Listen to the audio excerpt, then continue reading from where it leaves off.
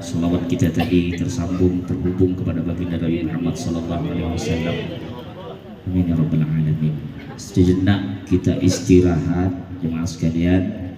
Kita istirahat, namun daripada istirahat kita ni istirahat yang tak ada manfaat, dan kebetulan juga hadir bersama kita ni Al-Habib Iskandar Al-Qadri, salah satu daripada zuriyah baginda Nabi Muhammad sallallahu alaihi wasallam, maka adalah sebuah berkahan bagi kita. Pokoknya kalau Habib Iskandar datang, kita minta terus ilmunya biar tercurah terus untuk kita. Amin ya rabbal alamin. Maka sambil sejenak kita istirahat, sebelum kita tahlil, kita dengarkan mau'izah hasanah dari gurunda kita Al-Habib Iskandar Al-Qadri. Falyatafaddal alaihi masykuran. Bismillahirrahmanirrahim. Assalamualaikum warahmatullahi wabarakatuh. Alhamdulillah, lakal hamdu syukra wa lakal mannu fadla, wa anta rabbuna haqqa wa nahnu abiduka riqa, wa anta lam tazal lidhalika ahla. Allahumma salli wa sallim wa barik wa karrim wa majid wa azim ala sayyidina Muhammadin wa ala alihi wa sahbihi ajma'in, amma ba'd.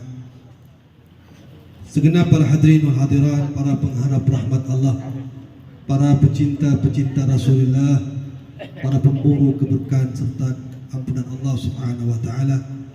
Hadir bersama kita orang-orang tua kita, para sepuh yang menuakan kita pada hari ini.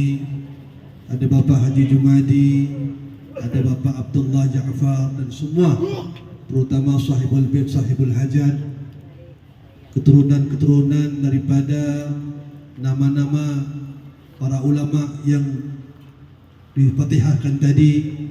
Hadir bersama kita guru kita bersama-sama yang memimpin sholawat pertama, akhina fillah walillah Ustaz Khairul As'ad.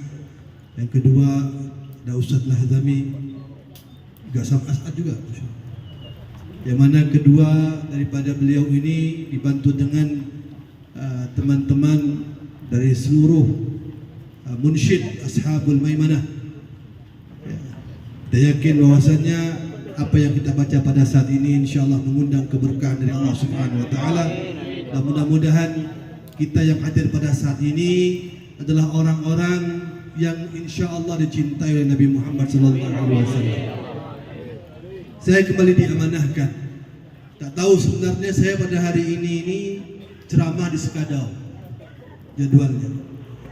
Tiba-tiba Masya Allah tadi malam ditelepon oleh yang punya acara panitia sana, karena kondisi di sana pilkada cukup hangat. Kemudian panitia pro kontra karena mengundang salah satu daripada calon wakil karena muslim, maka akhirnya saya memutuskan untuk tidak menghadiri. Kemudian kondisinya biasanya digantikan saja.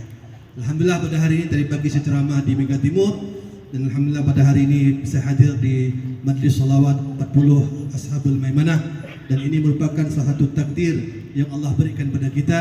Mudah-mudahan sebagaimana kita bahagia pada hari ini membaca salawat, mudah-mudahan insyaallah kita kumpul kembali di surga Allah bergembira dengan Nabi Muhammad sallallahu alaihi wasallam.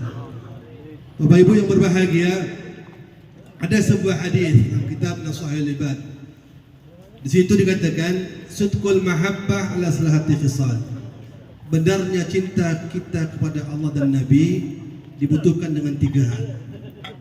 Jadi kalau kita ngaku cinta dengan Nabi, ini malam minggu ni kan, yang mana kadang-kadang Masya Allah orang berlibur, tapi subhanallah tahu-tahu ada undangan orang yang menghadirkan kita pada saat ini untuk acara maulid. Maka di situ dilihat kecintaan kita dibuktikan atau tidak, terbukti atau tidak. Nah, jika seandainya kita benar-benar umat Nabi Muhammad yang mencintai Nabi Muhammad, maka kebuktian yang pertama an yakhtara mujalasata habibi ala misghairi. Orang yang cinta dengan Nabi Muhammad akan lebih mendahulukan majlisnya Nabi, majlis yang disenangi oleh Allah, ketimbang majlis apapun. Ya, nikmat, Masya Allah, semangat baca ya.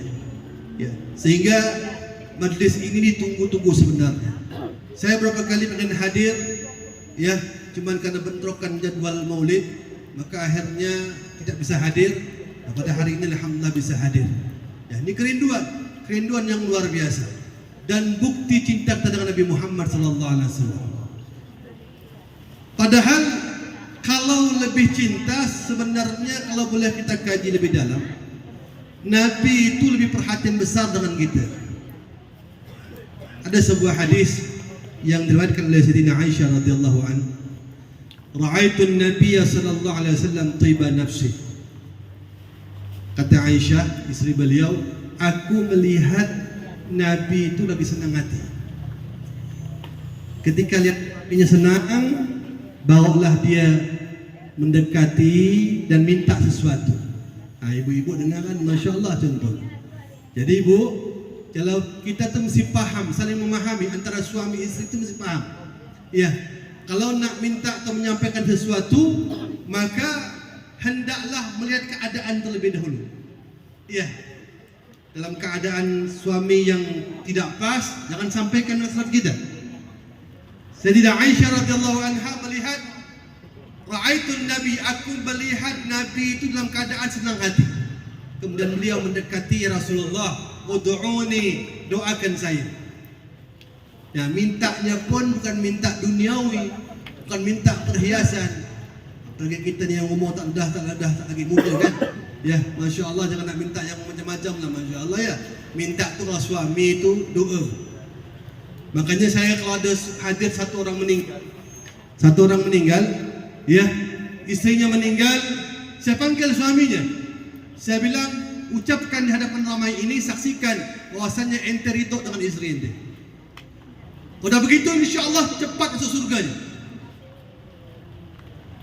Nah, Aisyah ini tak minta apa-apa. Dia bilang, doakan saya. Bukan minta harta, minta belanja, dah. Doakan saya. Nah, ketika seperti itu, Nabi angkat tangan berdoa. Allahumma ighfir li Aisyah ma taqaddamat wa ma ta'akhkharat, ma asarrat wa ma a'lanat. Ya Allah, ampunkanlah istriku Aisyah dosanya yang telah lalu maupun yang akan datang, yang tak nampak maupun yang nampak. Itu ketika Nabi doa seperti itu, Aisyah tu tersenyum girang sampai-sampai Masya Allah, karena manjanya mungkin, dia jatuhkan kepala dia di pundak Nabi Muhammad SAW. Allah, pernah tak kita, isteri kita jatuhkan pundak kita mana? Ha? Tak pernah tak? Mesti mesra lah. Ha? Ya, betul tak? Jadi mesti, ya, Nabi bilang sama Aisyah, ya Aisyah, atasurruni du'ai? Apakah atasurrak du'ai? Apakah doa tadi itu membuat kau bahagia? Kata beliau, tak mungkinlah tak berbahagia. Yang doa siapa engkau ya Rasulullah? Suamiku dan Rasulullah subhanahu wa ta'ala. Nah, lihat Pak Bu, dengarkan kawan-kawan semuanya, jamaah sahabat Maimanah, lihat Nabi bilang apa? Wallahi innaha la du'ai ala ummati fi kulli salah. Ketahuilah wahai Aisyah, sesungguhnya doa tadi itu doa yang hari-hari ku panjatkan kepada umatku setiap habis solat. Baik solat fardu, solat sunnah, Nabi mendoakan, ya Allah, ampunkanlah dosa umatku, baik yang dosa yang telah lalu maupun yang akan datang, yang tak nampak maupun yang nampak. Allahumma shalli alaihi wasallam. Kita bawa 40 kali salawat. Ya, Nabi doakan setiap kali solat, Masya Allah, luar biasa perhatian Nabi Muhammad SAW. Makanya saya katakan pada saat ini, ya Bapak Ibu yang berbahagia, dah betul. Cuman saya ingin sampaikan di majlis ini, majlis apapun dia sampaikan, kalau hadir pada acara salawat ini, tujuannya jangan ikut siapa. Tashwiqan lis-sami'in wa tarwihan lil muta'alliqina bihadzal nuril mubin. Ikut siapa itu? Pertama karena kerinduan dengan Nabi Muhammad. Iya, bukan karena fulan. Kenapa? Kalau karena fulan tak hadir, dia lemah malas. Atau ada sedikit selisih, mulai dia tak hadir. Tapi kalau untuk Nabi Muhammad SAW, mau siapa hadir tak hadir, insya Allah tidak ada urusan. Kenapa? Tashwiq, ada kerinduan. Ada kerindu Siapa yang terindukan ini? Orang yang memperhatikan dia, yang mana syafaatnya kita harapkan. Betul tidak? Bu, Pak, kita ni hari ini nak andalkan apa? Salat tahajud. Apa tahajud kita? Sedekah dia ada 100 ribu, 40 ribu, 20 ribu, 10 ribu, 5 ribu, 2 ribu, 1000. Berapa yang kita beri tadi itu? Yang kita minta dia surga. Betul tak? Secara hitungan matematis, saya ngambil tukang bekerja. Satu hari saya gaji 140 ribu. Dari jam 7 pulang jam 5. Satu jam kerja, dia berhenti gedung rumah saya minta gaji full. Kira-kira yang punya rumah itu marah atau enggak? Kita salawat gak sikit. Ya, kita ini ibadah tahajud sedikit, sedekah pun sedikit, mintanya besar. Kalau hitungan matematis, hitungan dagang, tak masuk kita ni. Betul tak? Cuman Allah Maha Rahman, Maha Karim. Allah Maha Karim, insya-Allah dengan sedikit itu tidak akan pernah ada kata sedikit pada Allah Subhanahu wa taala. Tapi yang paling utama, apa kata Allah Subhanahu wa taala? Ya ayyuhalladzina amanu taqullah wabtaghu ilaihi alwasilah wajahidu fi sabilihi la'allakum tuflihun. Wahai orang-orang beriman, bertakwalah kau kepada Allah dan carilah jalan yang akan cepat menyampaikan kepada Allah Subhanahu wa taala. Dan jika kau temukan tu jalan, bersungguh-sungguhlah engkau agar kau beruntung. Dan wasilah yang paling cepat siapa itu? Nabi Muhammad. Allah yang hari ini kita bacakan salawat. Makanya salawat itu sebenarnya adalah silatul bainal ummah war rasulah. Hubungan, merajut hubungan antara kita dengan Nabi itu akan mengenal kita dengan salawat kita. Makanya dalam kitab Muqasyatul Qulub Al-Muqarrab ila Ulumul Ghuyub fi Tasawuf itu satu orang itu ada, ya, beliau ini ya, masya-Allah jarang solat. Ketika di padang mahsyar Pak berat. Ni kumpul kita ramai ni, masya-Allah tak seberapa. Itu dikatakan dalam tafsir, di padang mahsyar itu orang dapat pijakan itu dah untung. Allah Subhanahu wa taala mendekatkan matahari 1 mil. Itu kata ulama hadis, mil itu dalam bahasa ada 2 makna. Pertama, mil bermakna sifat celak. Yang kedua, mil yang ribuan meter itu. Nah, kata beliau, saya tak berani memahami apa mil itu sifat celak atau itu. Artinya dekat saja, kata beliau. Sangat dekat. Saking dekatnya itu matahari, manusia bertumpuk sampai-sampai orang kafir bilang apa? Ya Rabb, udkhulna fi hadzal mawqif wa la ila nar jahannam. Wahai Tuhan, kata orang kafir, pindahkanlah yang ke tempat ini walaupun mesti neraka jahanam. Dia kira neraka jahanam lebih ringan. Ini baru muka timbah daripada masyarakat ni. Berat, masya-Allah. Dan situlah kita faham bahwasannya ada orang menyapa Nabi, ya Muhammad, ya Rasulullah, ya Rasulullah. Rasulullah seperti tak peduli. Tiba-tiba dia mengatakan, ya Rasulullah, ana ummatuka. Saya ini umat ente. Nah, ketika dia bilang saya umat ente, Rasulullah boleh. Loh, ente umat anak, kenapa anda tak tahu ya? Ya. Nah, keluar satu hadis Nabi SAW. Ketahuilah, ya, aku mengenal umatku itu sejauh banyak dia merajut hubungan dengan aku dengan memperbanyak selawat dengan aku. Makanya masya-Allah ya, namanya selawat kita pada hari ini mau tiap hari pun itu tak cukup. Masya-Allah. Yang penting kita minta sihat sama Allah SWT. Makanya hari ini saya ingin sampaikan pada hari ini, niatkan kita untuk yang sakit insya-Allah sembuh. Yang punya hutang insya-Allah Allah berikan solusinya. Yang sempit Allah berikan jalannya. Yang nitip hajat dengan kita insya-Allah Allah mudahkan urusannya. Terakhir sebelum saya tutup ceramah saya ini, saya nak cerita. Ya, karena Nabi itu ditegapkan hatinya dengan cerita. Cerita Nabi juga, wa kullan naqussu min anba'ir rusul ma nusabbitu bi fu'adak. Aku paparkan kisah-kisah umat terdahulu pada engkau wahai Muhammad, tujuannya untuk memantapkan hatimu. Nah, akhir daripada ini saya beri kisah. Ada seorang sahabat Nabi Muhammad itu seperti inilah, pengen ngundang Nabi Muhammad SAW ke rumah beliau. Undang, tahu-tahu disampaikan ya Rasulullah, kiranya engkau bisa tak ke rumah aku baca doa ke sebentar, Fatihah ke sebentar. Nah, gitu kan, Masya Allah. Nabi itu dikatakan, ya, sifat Nabi ini iza da'ahul miskin ajabahu ijabatan muajjalah. Nabi ni kalau diundang oleh orang miskin, Masya Allah, paling cepat hadir. Makanya Masya Allah, Ashabul Maimanah ini majlisnya jangan pilih-pilih. Siapa dulu undang dulu kan. Mau dia miskin, mau apa, jika beradu yang undang ni satu terik, satu yang misfagir, dulu kan yang tak terik. Betul tak? Ini soalnya apa? Yang kita muliakan Nabi Muhammad. Betul atau tidak? Iya, bawa ummahnya Masya Allah, dulu kan mereka semuanya, karena Nabi begitu. Idza da'ahul miskin ajabahu ajwatan mu'ajjalah. Nabi itu kalau diundang oleh orang miskin cepat, langkah ringan langkahnya. Satu ketika sahabat ini mengundang. Rasulullah bilang, baik, subuh besok setelah isyraq aku pergi. Senang hati ini sahabat Nabi Muhammad SAW. Pulang ke rumah ceria, wajahnya sampaikan, wahai istriku tercinta, ya, tadi aku mengundang Rasulullah, dia bilang besok mau ada rumah kita. Ya, sedangnya aku pada saat ini. Kata istrinya bilang, oh Masya Allah, iya, barakah ini. Tiba-tiba tengah lagi enak-enak ngomong, dia termenung. Takkanlah kita nak menyiapkan dia untuk Rasulullah ni. Ya, yang nak kita siap pun tak ada. Cuman Masya Allah, gimana ni? Nah akhirnya istrinya bilang, bang, ada kambing kita itu, anaknya, induknya telah mati.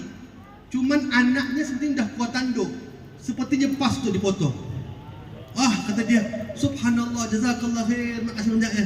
Akhirnya dia pun ingatlah itu kambing itu pun dipotong, dan potongnya itu bukan sembarang, di tempat potongan dibaringkan, Masya Allah, dipotong. Rupanya ketika dia motong tadi ini, dia punya anak ni dua, satu mau 5 tahun, satu mau 3 tahun. Ketika dipotong, sang adik-beradik ini, nengoklah apa yang diperbuat oleh sang ayah ini. Sang kakak bilang sama adiknya, dek, gantian setelah ini ya, adik jadi kambing, abang jadi ayah. Kemudian adiknya pun dibaringkan tempat potongan kambing. Sang kakak ni pun main-main pisau. Tiba-tiba kata orang telajak, pas jatuhnya pisau itu pas di urat leher sang adik, tergores, akhirnya putus urat leher. Subhanallah, itu adiknya terperanjat ketika melihat ada darah yang keluar, dan adiknya meninggal. Saat itu sang kakak pun lari kabur dan ternyata jatuh meninggal juga. Kedua anak sahabat Nabi ini pun meninggal. Ini ayahnya mencari tengah malam, mana anak ni, Masya Allah. Dan tadi anaknya itu orang pun lagi nyiang kambing. Ditemu dua-duanya rupanya telah meninggal. Allahumma shalli ala sayyidina Muhammad. Akhirnya dibawalah kedua mayat ini ke rumahnya. Akhirnya jauh malam dah, tak mungkin nak dikuburkan. Dia bilang sama istrinya, gimana ni musibah, ujian buat kita semuanya. Sudah panjang lebar dengan tangisan, namanya orang tua kan. Akhirnya Masya Allah sang istri bilang apa, bang, seperti tak sempat terkuburkan malam ini, insya Allah setelah datang Rasulullah, beliau pulang terkuburkanlah. Karena kita mesti masak dulu ini. Singkat cerita, sudah itu mayat anaknya, kedua-duanya masuk ke dalam kamar. Ya, tawakal saudara, Masya Allah. Pesan istrinya luar biasa. Apa kata istrinya bilang? Bang, dia bilang, pesan aku satu saja. Rasulullah hadir, tolong sulap muka kau. Jangan kau tampakkan wajah sedihmu di hadapan Rasulullah SAW. Akhirnya, Masya Allah. Singkat cerita, besok pagi Nabi hadir. Nabi Assalamualaikum. Waalaikumsalam, kata saya punya rumah. Buka pintu disambut, tahu Rasulullah bilang apa? Pertanyaan pertama, kemana anakmu yang kedua orang itu yang biasanya ikut kau? Ini sahabat tanpa ingin membohongi Rasulullah, dia bilang apa? Ya Rasulullah, anakku lagi tidur ya Rasulullah. Maksudnya tidur selama-lamanya. Rasulullah bilang apa? Dah bangunkan dia, bawa ke sini. Akhirnya sudah tak mampu nahan air mata, dia bilang sama istrinya ke belakang, istriku, Rasulullah telah datang tanya masalah anak kita. Aku bilang dia tidur, kau bawa pula ke depan dia. Gimana ini? Terbongkar ini, kata dia. Rasulullah bakal sedih ini. Istri yang tegar, yang tawakalnya luar biasa. Apa kata beliau? Ya wahai suamiku tercinta, yang datang ini bukan orang sembarang. Habibullah, Rasulullah, utusan Allah yang sangat mengerti keadaan umatnya. Kita mohon sejenak, mudah-mudahan dengan doa kita ini Allah memberikan solusinya. Maka dia berdoa, ya Rabb, jangan tampakkan kesedihan kami di hadapan Rasulullah dan berikan jalan solusinya. Sallallahu alaihi Nabi Muhammad. Begitulah doa, sang suami pun masuk ke kamar. Apa yang terjadi? Berat hati ini kan yang akan dibawa ni mayat. Ya, sampai di belakang, sampai buka kesau tabel tu. Subhanallah. Inilah kita lihat, Masya Allah, yang ada kaitannya dengan niat kita sebenarnya. Ketika dibuka itu tabir, mau diambil kedua mayat anaknya tersebut, ya ternyata Allah menampakkan kemahabesarannya. Allah menampakkan keagungannya berkat kecintaan seorang sahabat Nabi Muhammad. Ya, ternyata begitu dibuka ditemukan sang kakak lagi mengejar adiknya, sang adik lagi main-main seakan-akan tidak jadi apa-apa. Allahumma shalli ala sayyidina. Kemudian itu orang tua sujud syukur, dirangkulnya kedua tangan dua beradik untuk dibawa ke hadapan Rasulullah SAW. Kemudian terakhir dia menceritakan apa yang terjadi. Rasulullah bilang, tak perlu kau ceritakan. Jibril datang kepada aku menceritakan dari awal sampai akhir tentang kematian kedua anakmu pun diceritakan oleh Jibril. Di saat itulah aku berdoa kepada Allah, ya Rabb, berkat kecintaan, ketulusan sahabatku mencintai aku, engkau yang maha mematikan, engkau yang maha menghidupkan, kembalikanlah kedua putra sahabatku yang telah kau ambil, kembalikan ke jasad ruhnya. Sesuatu yang mustahil, tak pernah mustahil bagi Allah Subhanahu wa taala. Makanya ketika nanti insya-Allah pada hari ini, ya saya yakin yang punya hajat, yang sakit apapun, bawa ini air, Masya Allah. Ya jangan habiskan. Haus boleh, tapi kalau bisa jangan habis. Buka, Masya Allah. Ya, terakhir penutupan tiup, insya Allah. Niatkan mudah-mudahan apapun hasrat kita, apapun hajat kita, apapun niat baik kita semuanya, insya Allah dengan air yang didoakan ini, insya Allah menjadi sebab kesembuhan daripada apapun yang sakit kita semuanya, dan insya Allah menjadi sebab hajat kita dikabulkan oleh Allah Subhanahu wa taala. Itu aja mungkin yang disampaikan. Terima kasih atas waktu yang telah diberikan. Doakan saya mudah-mudahan istiqamah untuk bisa menghadiri majlis Ashabul Maimanah, sebagaimana kita berkumpul pada hari ini di golongan orang-orang yang ya ahli surga. Mudah-mudahan insyaallah kita juga akan berkumpul dengan Nabi Muhammad di surga Allah bersama Rasulullah sallallahu alaihi wasallam. Amin ya rabbal alamin. Lebih kurangnya mohon maaf. Wassalamualaikum warahmatullahi wabarakatuh.